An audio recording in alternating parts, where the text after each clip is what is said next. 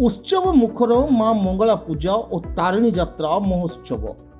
ढेंकानाल जिला परजंग ब्लॉक अंतर्गत मुंडेइलो पंचायत हाथीलुचाणी गाँव में मंगलवार दिन मां मंगला पूजा और तारिणी यात्रा लगी उत्सव मुखर हो उठिला परिवेश। एथिलागि कलश यात्रा मां पीठरे पूजा पाठ होम यज्ञ पटुआर शोभा यात्रा और रातिरे दंडवाद परिवेषण स्वतंत्र निआरा रहिथिला। सकाळु शताधिक महिला गाँ पाख घोड़ाडिया नालू एक कलश शोभायात्रा बाहरी गाँ परिक्रमा सारी मां पीठरे पहुंची कलश स्थापन करथिले। कलश शोभायात्रा समय बाजा बाण साउंड नाम संकीर्तन हरिबोल हुलहुली शब्द गाँव परिवेश स्वतंत्र आध्यात्मिक परिवेश सृष्टि होइथिला।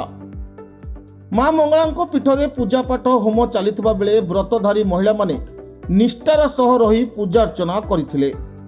चंदन नायक पत्नी सुभद्रा नायक कर्ता दायित्व निर्वाह करथिबा बेले पूजक दुर्गाचरण कर और मंदिर पूजक ललित महांती रीतिनीति अनुसार पूजार्चना दायित्व निर्वाह करथिले।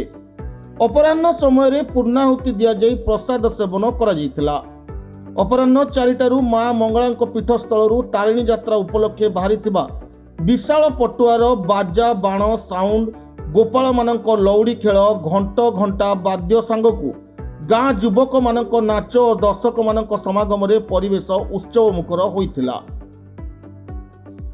ढेंकानाल जिला परजंग ब्लॉक रु निर्मल गणनायक रिपोर्ट ना ओडिशा न्यूज।